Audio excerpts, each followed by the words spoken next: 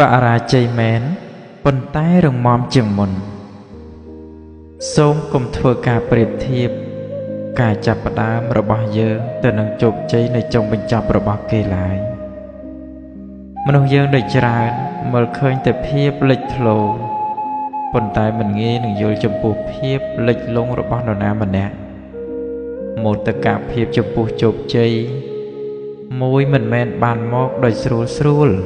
ដូចដែលយើងគិតនោះឡើយអ្នកដទៃអាចមើលឃើញការលំបាកដែលយើងជួបប្រទះតែគេមិនអាចយល់បានពីភាពលំបាកនានាដែលយើងមានឡើយអ្នកដទៃអាចមើលឃើញញើសហូរជោគប្រាណរបស់យើងប៉ុន្តែគេមិនយល់អំពីភាពហត់នឿយដែលយើងបានប្រឹងប្រែងនោះឡើយអ្នកដទៃអាចចូលរួមអបអរសាទរចំពោះជោគជ័យដែលយើងទទួលបានប៉ុន្តែពុំមាននរណាម្នាក់អាចនឹងចែករំលែក